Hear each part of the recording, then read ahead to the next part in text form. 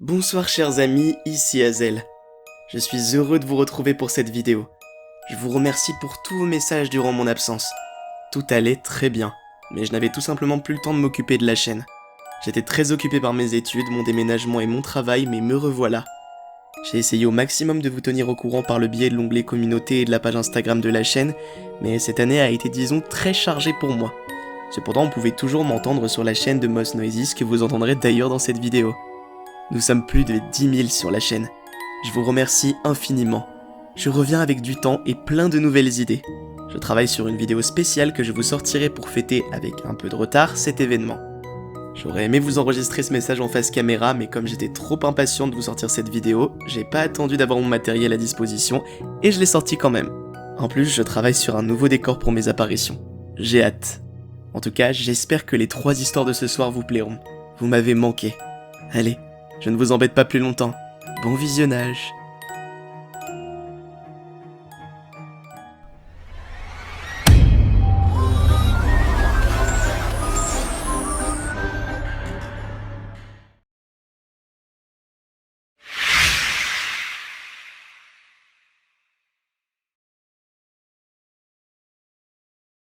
Je devais avoir 6 ou 7 ans quand j'ai vécu au Liban.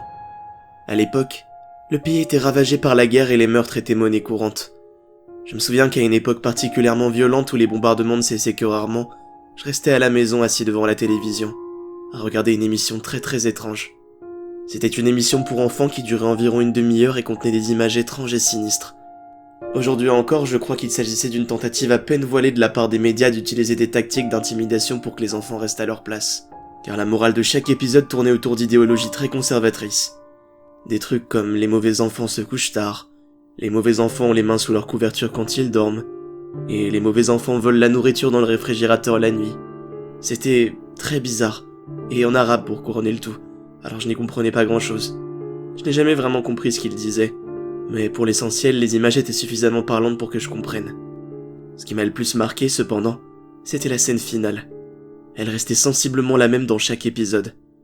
La caméra zoomait sur une vieille porte rouillée et fermée, et au fur et à mesure qu'elle se rapprochait de la porte, des cris étranges et parfois même glaçants se faisaient entendre. C'était vraiment effrayant, surtout dans une émission pour enfants. Puis un texte en arabe apparaissait sur l'écran, et je savais qu'il disait « C'est là que vont les mauvais enfants ». Finalement, l'image et le son coupaient brusquement et c'était la fin de l'épisode. Environ 15 ou 16 ans plus tard, je suis devenu photographe de presse. J'ai toujours pensé à cette émission qui revenait sporadiquement dans mes pensées. Finalement, j'en ai eu assez et j'ai décidé de faire mes recherches. J'ai enfin réussi à retrouver l'emplacement du studio où une grande partie des programmes de cette chaîne avaient été enregistrés. En poursuivant mes recherches et en me rendant sur place, j'ai découvert qu'il était aujourd'hui complètement désolé et avait été abandonné après la fin de la Grande Guerre. Je suis entré dans le bâtiment avec mon appareil photo. Il était brûlé de l'intérieur. Soit un incendie s'était déclaré, soit quelqu'un avait voulu incinérer tous les meubles. Après quelques heures à me frayer prudemment un chemin dans le studio et à prendre des photos, j'ai trouvé une pièce isolée et à l'écart. Après avoir dû forcer quelques vieux verrous et réussi à ouvrir la lourde porte, je suis resté figé dans l'encadrement de cette dernière pendant de longues minutes. Des traces de sang, des excréments séchés et de minuscules fragments d'eau jonchaient le sol. C'était une petite pièce, et une scène extrêmement morbide. Mais ce qui m'a vraiment effrayé, ce qui m'a fait partir presque sur le champ, c'était le microphone cadenassé dans une cage, suspendu au plafond au milieu de la pièce. J'avais bien reconnu la porte qu'on voyait à la fin de ces épisodes.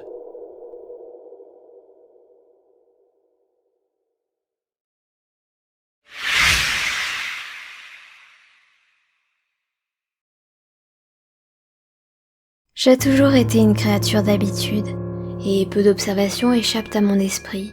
C'est pourquoi je peux me souvenir de n'importe quel événement jusqu'au moindre détail insignifiant. Mais ces derniers temps, mes souvenirs ne correspondent pas à la réalité. Tous les jours de la semaine, je rentre du travail. Mes clés sont dans la poche intérieure gauche de mon manteau. J'ouvre la porte, récupère le courrier dans la rangée de boîtes aux lettres à gauche de l'entrée. Mon numéro d'appartement est le 7, tout comme celui de la boîte aux lettres. Ensuite, je monte les escaliers jusqu'au premier étage. 11 marches. Je commence toujours à monter par la gauche, et je termine de monter par la gauche. Du moins, c'est ce que je croyais, car il y a quelques jours j'ai trébuché. Non pas parce que je suis maladroite, mais parce que ce jour-là, j'ai terminé de monter l'escalier avec mon pied droit.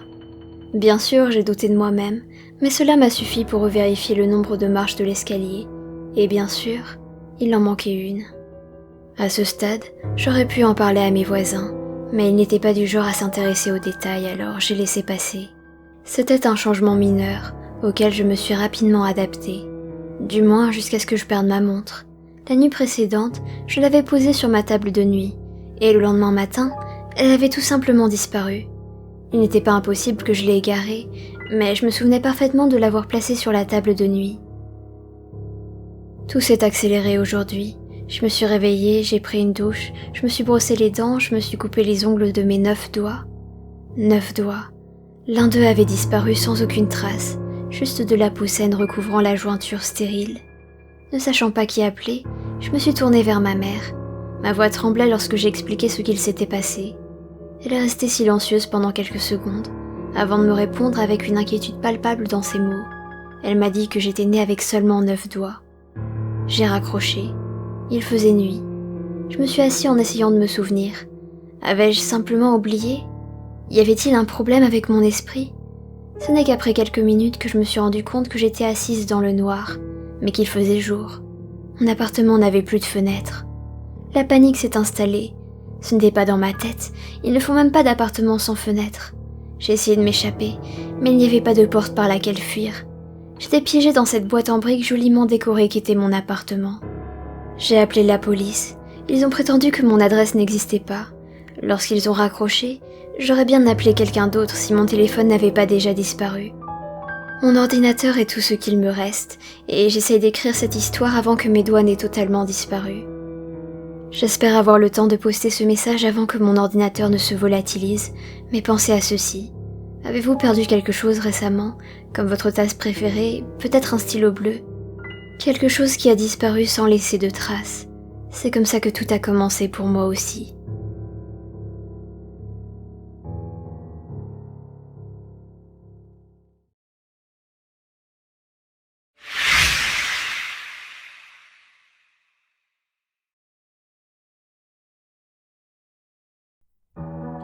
On vit vraiment une sale époque, pas vrai ? Entre la maladie, les guerres et la criminalité, le danger est maintenant omniprésent. Selon moi, ce dont la population a le plus besoin, c'est avant tout de sécurité. Ce qui est triste, c'est que les gens sont devenus tellement parano qu'ils en sont arrivés au point de douter du premier kidam qui vient sonner à leur porte. Ils partent du principe que celui-ci leur veut nécessairement du mal, comme si le monde de dehors était destiné à leur causer du tort. En fait, ils ont peur de l'inconnu, de l'étranger. En réalité, rien ne répondrait mieux à tous ces mots qu'un bon Judas optique. La lentille placée dans la porte permettant à l'occupant d'épier en toute discrétion celui à l'extérieur. Un simple coup d'œil suffisant à s'assurer qu'il s'agit bien d'une figure familière ou d'un livreur. En tant que concierge, ce phénomène j'ai pu l'observer de mes propres yeux. Alors quand le syndicat de mon immeuble m'a appelé afin d'installer quelques Judas, je n'ai pas hésité un instant. Après tout, ça rentrait dans mes compétences. J'ai installé un Judas chez tous les habitants qu'ils souhaitaient. Ils étaient ravis. Mais tout n'est pas aussi simple. Les gens se méfient des inconnus mais trop rarement de leurs proches. Alors qui aurait pu croire que le concierge si poli, si gentil aurait pu trafiquer les Judas ? Il s'agit en fait de simples lunettes. Autrement dit, ils permettent de voir de l'intérieur comme de l'extérieur. Je les ai légèrement teintés de manière à ce que ce soit indétectable. J'ai vraiment fait du bon travail. Ces gens qui craignent tant l'inconnu pourraient être épiés depuis le couloir par les pires énergumènes de ce pays. Mais ce n'est pas tout. Pour les occupants que j'apprécie le moins, j'ai apporté une légère modification. Imperceptible sans en avoir connaissance. Un minuscule trou traversant l'entièreté de la lunette du Judas. Un trou à peine visible, mais qui pourtant pourrait aisément faire passer une aiguille. Les Judas n'auront jamais aussi bien porté leur nom.